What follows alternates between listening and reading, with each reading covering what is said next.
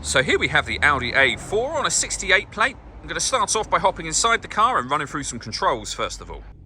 Okay, now that we're inside the car, we're going to start with the dials. On the left-hand side, we have the coolant temperature gauge, then the rev counter, speedometer, and fuel gauge. In the centre, you can see the total miles for the car. They are 18,759. We have a digital readout for the speedometer above that. You can change information displayed there using controls on the steering wheel. We're on the kind of driving data menu at the moment. There are other menus available to you, which you can circle through back around to the beginning again. If we back out to the steering wheel, the buttons that I was using a second ago are just here. We have stereo and phone controls on the right hand side. Behind the steering wheel, we have the minus and plus paddle so that you can change up and down a gear manually on this automatic gearbox, should you wish to be able to do that. And then underneath here, we have the cruise control and speed limiter for the car as well. Up in the central display area, we have the stereo screen. So you can see that we've got the radio, of course. This particular car has got FM, DAB, and AM available.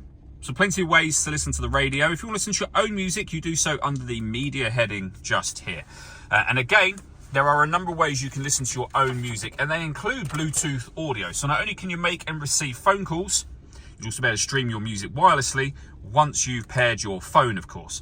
All the movement I'm making on the screen is all being done using essentially this dial, actually, and these two buttons just here. You have got certain buttons that will take you into menus. So, for example, if you want to access your satellite navigation, you can do. We've done a full video showing how the sat-nav works. You can find on our website and on our YouTube channel. You can access your telephone menu from there, and you can see that's now up on the screen, and we can go back to the main menu, and again you can use that dial to highlight and enter any of these options you want to.